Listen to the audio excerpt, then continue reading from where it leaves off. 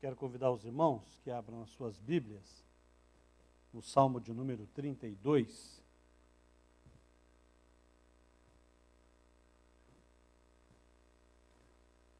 Salmo de número 32.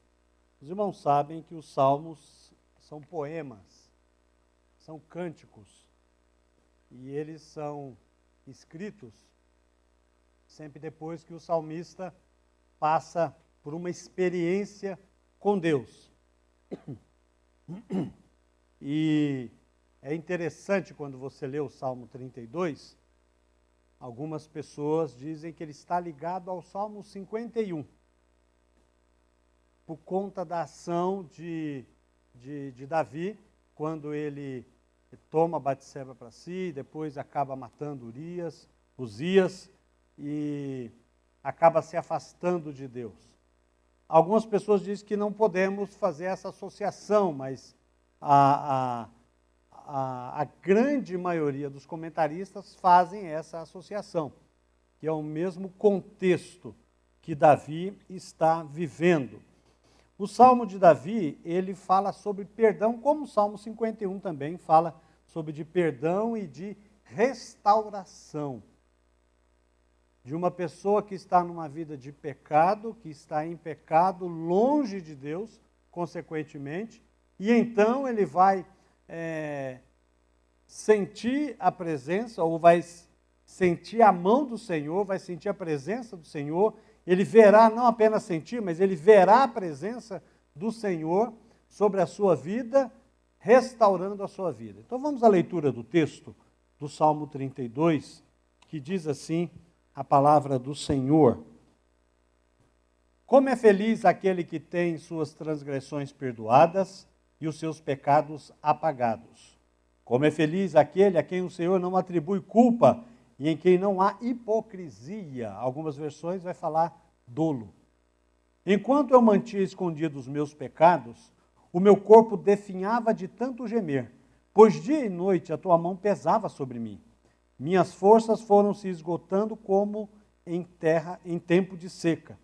Então reconheci diante de ti o meu pecado e não encobri as minhas culpas. Eu disse: confessarei as minhas transgressões ao Senhor, e tu perdoaste a culpa do meu pecado.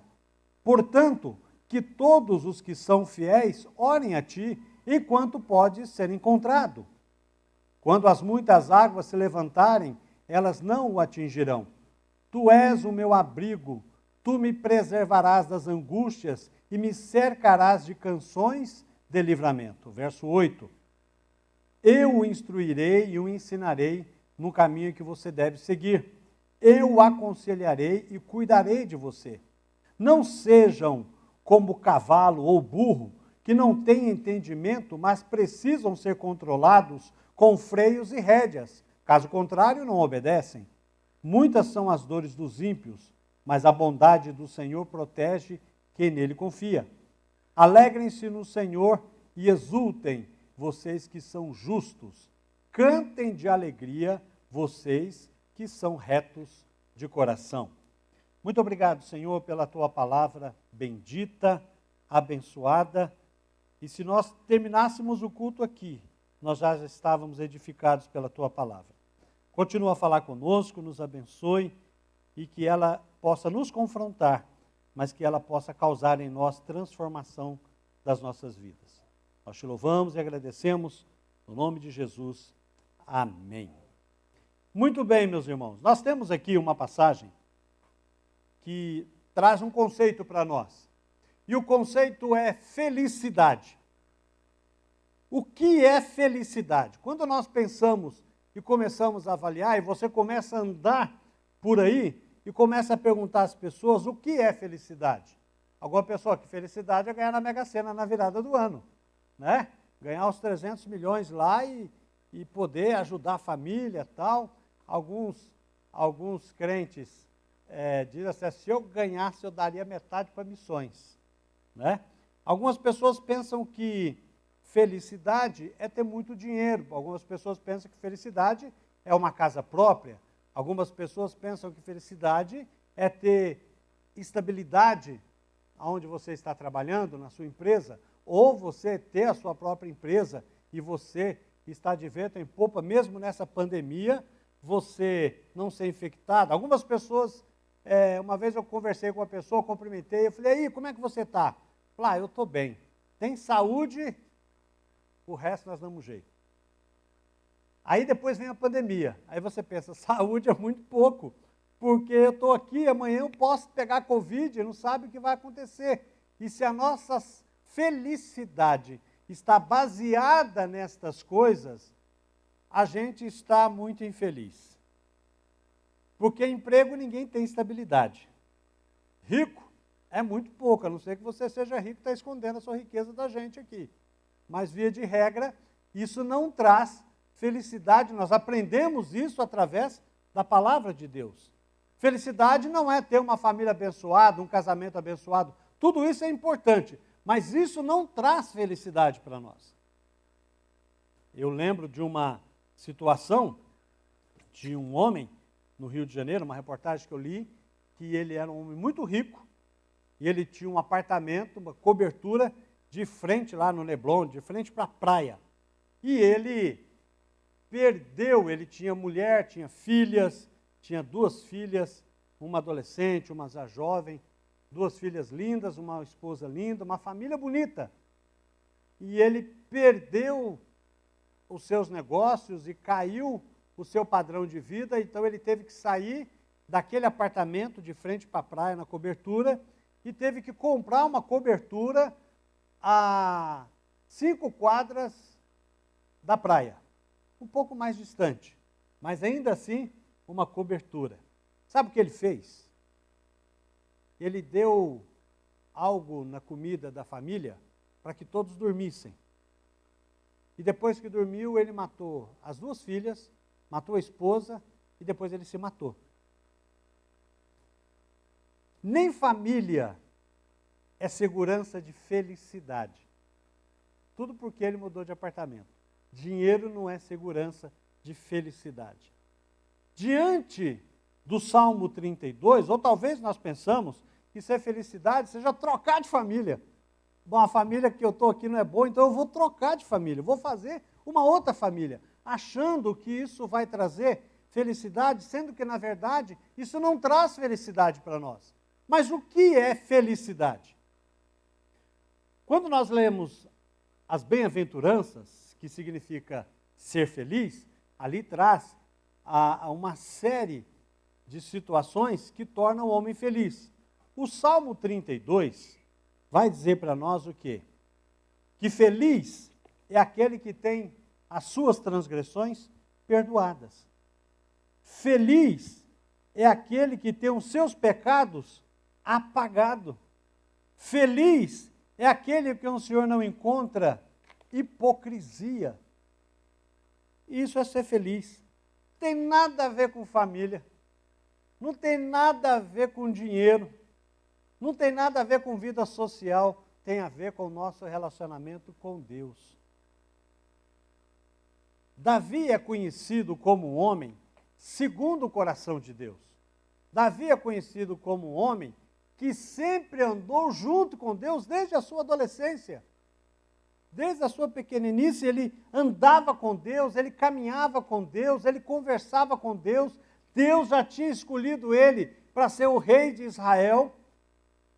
Então, Samuel virá, vai ungir ele para ser rei de Israel. E Davi é um homem tão especial que quando ele sabia que ele seria rei, e ele teve várias oportunidades de tirar Saul do caminho, e ele manteve o seu coração firme, ele respeitou Saul, ele amou Saul, ele honrou Saul, porque sabia da posição que Saul estava, e mesmo depois que Saul morre, ele ainda cuida dos filhos de Saul, porque ele tinha um coração voltado para Deus. Mas em dado momento, Davi se perde. Em dado momento, Davi acaba não tendo mais o favor de Deus, porque ele se afasta de Deus por conta do seu pecado, que nós já sabemos o que é, quando ele toma Batseba para ser sua mulher e mata o seu esposo e acha que está tudo bem, está tudo certo. até que o profeta Natan vem falar com ele. O texto do Salmo 32, ele traz um ensinamento para nós, porque quando você lê o versículo 3, o salmista vai dizer assim: enquanto eu mantinha escondidos os meus pecados, o meu corpo definhava de tanto gemer, pois dia e noite a tua mão pesava sobre mim. Minhas forças foram se esgotando como em tempo de seca. Davi mostra para nós que o pecado age em nosso coração como um veneno. John Stott diz que o pecado é uma serpente venenosa, peçonhenta, que nós guardamos dentro do nosso coração. E esse veneno vai cada vez mais se espalhando. É aquela ideia de um abismo chama outro abismo. E isso vai fazendo com que Davi vai se afastando de Deus. E quando Davi se afasta de Deus, Davi é interessante porque quando o profeta Natan vem falar com ele e dizer para ele sobre o que estava acontecendo, ele ouve atentamente, ele não consegue associar a história que o Natan está contando com a vida dele. Tanto que ele fica indignado diante da história de um homem que acabou usurpando uma única ovelha de um pastor. Por quê? Porque ele perde a audição. O pecado faz com que nós não possamos ouvir a voz do Espírito. Paulo ensina isso. Paulo vai dizer para nós, olha, não entristeceis o Espírito, ou não calai o Espírito, não faça com que o Espírito se silencie dentro de você.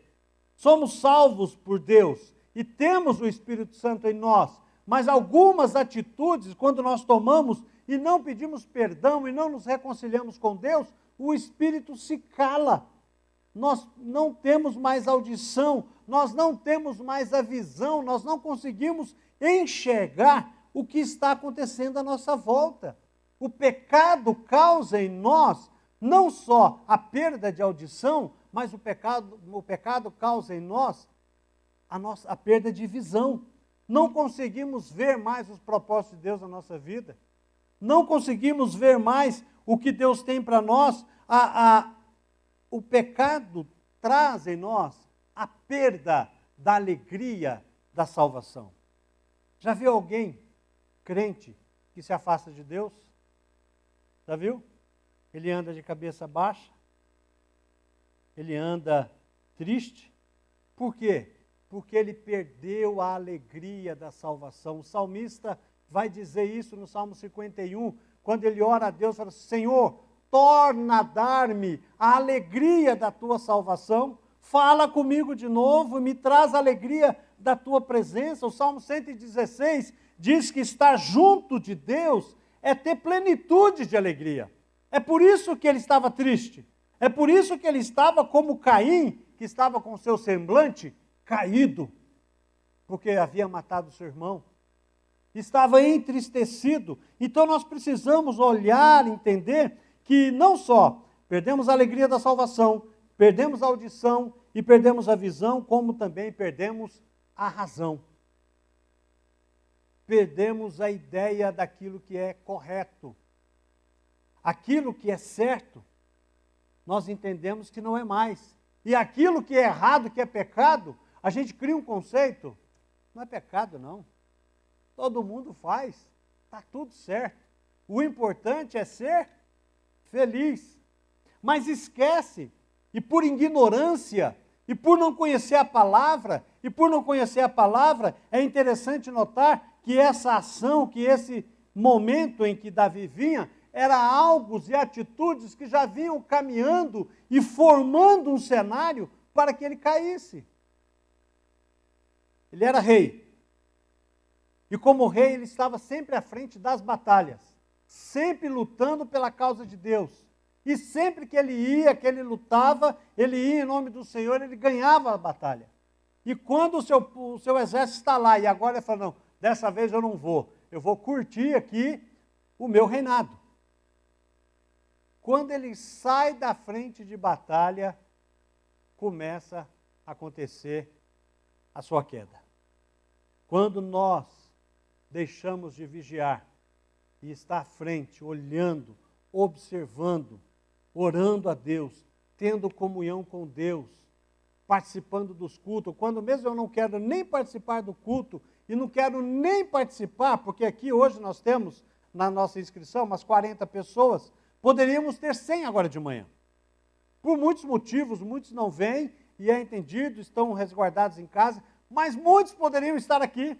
Tem espaço lá em cima, está vazio aí, está vazio em cima, está vazio lá em cima, lá tem muitos lugares, e poderíamos estar. E muitas vezes nós permitimos que as coisas que nós vamos ouvindo, vai nos afastando, e às vezes nem pela internet mais queremos ouvir a mensagem. E isso é explicável, está aqui no texto. Quando nós não estamos com o nosso coração aquecido, quando nós não estamos com a nossa audição limpa, ouvindo a voz do Espírito, quando nós não estamos, perdemos a razão, o texto vai dizer um pouco na frente que nós agimos como um burro, como um cavalo. Agimos como um animal, irracionalmente. Isso é o que o pecado faz. Ficamos entristecidos, deprimidos, ficamos agressivos, porque quando você é confrontado, e o profeta Natan sabia disso, ao confrontar o rei, ele podia ser morto. O rei é o rei. Quem vai confrontar o rei? E nós tivemos vários profetas, porque confrontou o pecado do rei, foram mortos. E o profeta Natan sabia que ele estava arriscando. E não só, e é interessante que ele vai dizer algo aqui, olha, eu fiquei doente, meu corpo definhava de tanto gemer. É interessante isso, porque 1 Coríntios, capítulo 11, verso 30, Paulo vai falar aos crentes de Corinto, que eram carnais, não eram espirituais, tinham dons, tinham a salvação, tinham o dom, que era a salvação, tinha dons, mas havia uma guerra entre eles, eu sou de Paulo, eu sou de Apolo, né? Eu sou de Cristo, eu sou de Pedro, e ficava aquela discussão, e naquela discussão se debatendo um com o outro, e esquecendo que todos deveriam ser pelo Senhor, e saber que cada um tem o seu lugar no reino de Deus, mas querendo usurpar o lugar de outro, querendo ser melhor que outro, deixando a soberba, o orgulho, tomar conta do seu coração. Paulo vai dizer, olha, por isso que há entre vocês muitos fracos e doentes. E digo mais, alguns já morreram. Por que morreram? Diante do texto que você lê, morreram por conta do pecado. Nós devemos aprender algo muito importante. Quando a gente olha algumas pessoas, parece que elas brincam de ser crentes. Vivem aqui, vivem ali, flertam com o mundo. Se o diabo puder, ele manda você para o inferno. O diabo não brinca de ser diabo. Ele leva a sério o trabalho dele. E ele trabalha dia e noite. E é importante que a gente possamos olhar o exemplo de Davi e ver que Deus vai pesar a mão. Por quê? Porque Deus tem interesse que ele volte.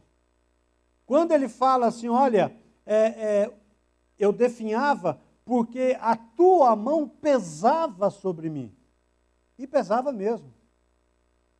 Deus colocou a mão sobre Davi e pesou a sua mão. E foi pesando a sua mão. Por quê? Deus estava castigando Davi. Não estava castigando Davi. O que Deus estava fazendo com Davi é graça e misericórdia. Deus estava pesando a mão sobre Davi, porque Deus estava puxando Davi para perto dele. Deus queria e quer, nesse momento aqui, restaurar Davi. eu vou pesar a mão. E sabe quanto tempo Deus pesou a mão sobre Davi? O comentarista diz que quase um ano, Davi estava sentindo o peso da mão de Deus. E é interessante porque aquele pecado escondido causava depressão, tristeza, porque ele ficava numa certa ansiedade. Já viu quando você conta uma mentira e você começa a levar essa mentira como verdade e você fica assim, quando será que eu vou ser pego na minha mentira? Davi estava assim. Ele cometeu um pecado, falou, será quando eu vou ser descoberto? Quando será que vai aflorar isso e todos vão ver? E vai ser terrível, vai ser uma vergonha terrível para mim? E aqui quando nós olhamos Deus pesando a mão e sabemos que é graça e misericórdia de Deus sobre a vida daquele a quem Ele ama. Qualquer pessoa que tem Jesus como Salvador e Senhor não está livre de passar o que Davi passou. Paulo vai dizer, aquele que pensa que está em pé, cuide para que não caia. Qualquer um de nós podemos cair. Qualquer um de nós. Agora é interessante, porque Deus pesa a mão sobre Davi, porque Deus ama Davi. Deus quer restaurar Davi. E aqui nós temos em Hebreus 12:8, quando Deus diz assim, se vocês não são disciplinados, e a disciplina é para todos os filhos, então vocês não são filhos legítimos, são ilegítimos. Se Deus pesa a mão sobre a sua vida, ou se pesou a sua mão sobre a sua vida, em algum momento em que você esteve longe, e você sentiu que é Deus que está, e você sabe que é Deus que está disciplinando, porque como é que Deus disciplina? Quando a gente começa um pecado, a gente comete um erro, tudo que as pessoas falam, parece que elas estão falando com a gente. Alguém faz uma oração, o camarada já pensa, ele está sabendo o que eu fiz. O pastor prega, o pastor está mandando uma mensagem para mim. Alguém faz um comentário, e a pessoa fala, por que você está falando isso? Isso não tem nada a ver comigo. Já viu aquela ideia da carapuça serve?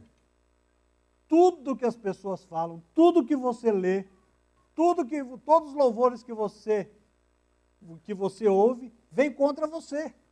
Deixa eu apontar para cá, não deixa eu apontar para você não. Né? Vem contra você. Né? Tudo que nós fazemos e que nos afasta de Deus, Deus vai usar todas as coisas, todas as mensagens, todos os louvores para nos confrontar. E aí, quando nós somos confrontados, é Deus trabalhando em nossa vida. E Deus começa a fechar portas, irmãos. Deus fecha a porta. Paulo mesmo falou, vocês estão fracos, alguns estão doentes, outros já morreram, alguns perdem emprego, alguns acabam tendo problema na família, seja o que for.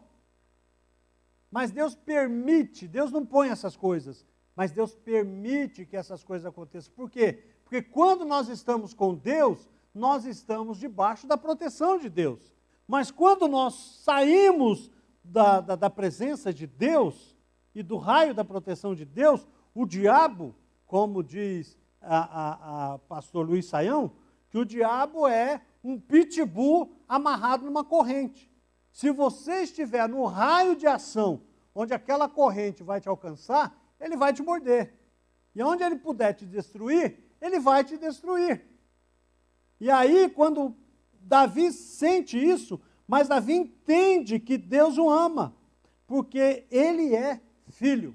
Então, quando você é confrontado com Deus pelo seu pecado, quando as leituras da palavra te incomodam, quando a Bíblia te incomoda, quando a mensagem te incomoda, fique feliz, porque você é filho de Deus. E Deus está te disciplinando. E Deus quer trazer você de volta. Então, volta logo para o Pai.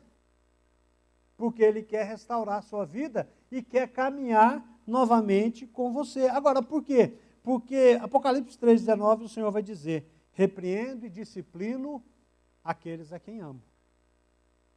repreendo e disciplino aquele que é o meu filho. Mas aí Davi vai, então, ali se restaurar e vai buscar a presença do Senhor. Então ele vai dizer no verso 5, então reconheci diante de ti o meu pecado e não encobri as minhas culpas. Eu disse, confessarei as minhas transgressões ao Senhor e tu perdoaste a culpa do meu pecado. Aleluia!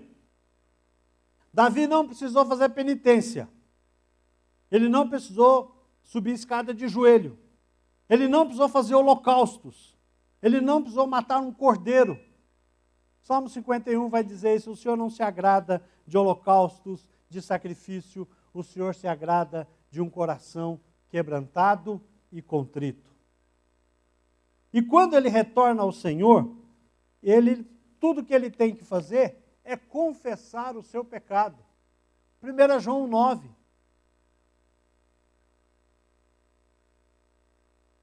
Se confessarmos os nossos pecados, Ele é fiel e justo para nos perdoar os pecados e nos purificar de toda injustiça. Obrigado, Levi. Me deu um branco aqui, o texto está escrito só o endereço aqui. Né? Basta confessarmos. Por que tem que dificultar? Não precisa sacrifício, basta voltar e se humilhar na presença do Senhor e reconhecer.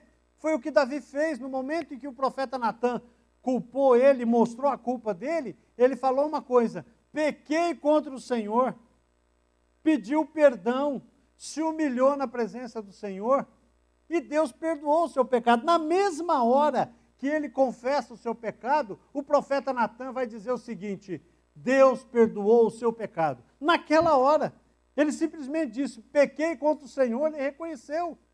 A culpa não é da Batseba, a culpa não é de Uzias, a culpa não é dos meus soldados, a culpa é minha.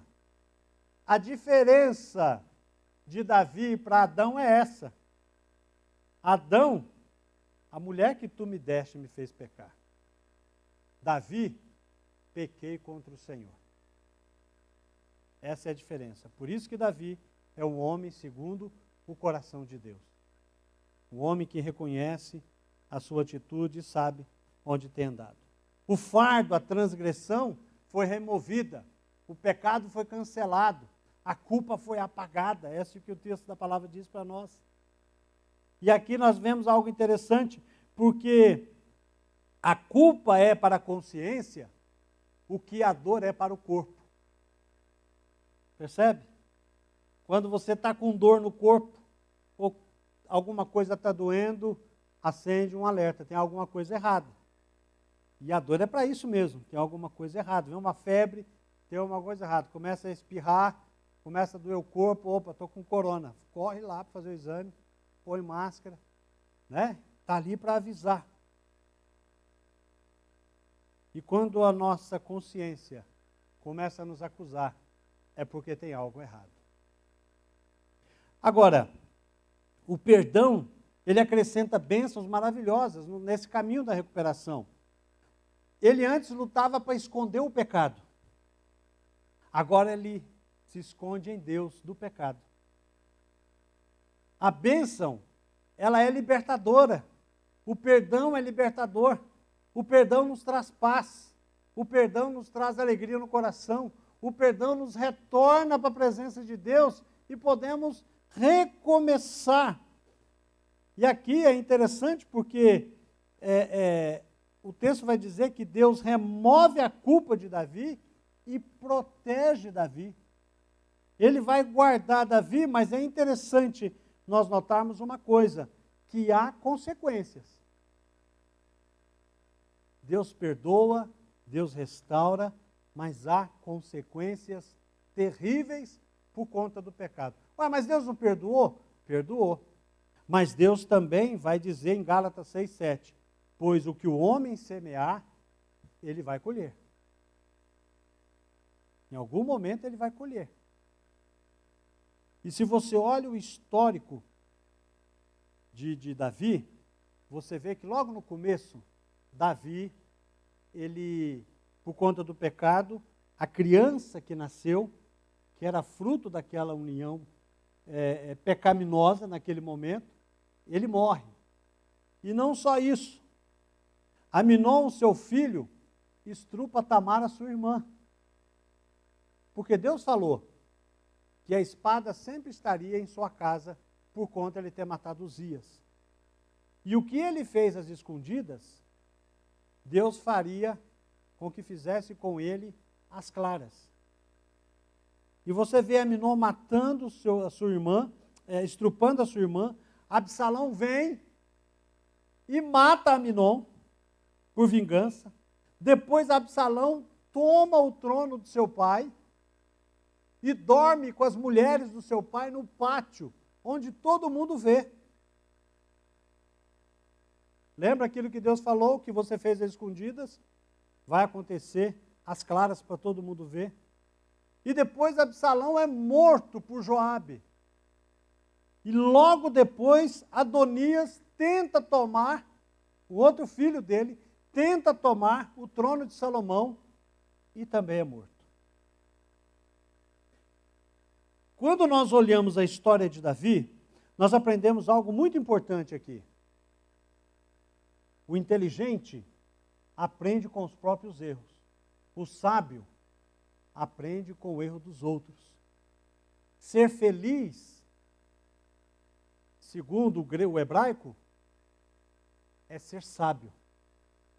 Ser feliz, segundo o hebraico, é andar na presença de Deus. Então, quando nós olhamos o que Davi viveu, e vamos aqui partindo para o último ponto do texto, que está no verso 8, que diz: eu o instruirei e o ensinarei no caminho que você deve seguir. Eu o aconselharei e cuidarei de você. Não seja como o cavalo ou burro que não tem entendimento, mas precisam ser controlados com rédeas, caso contrário não obedecem. Muitas são as dores dos ímpios, mas a bondade do Senhor protege quem nele confia.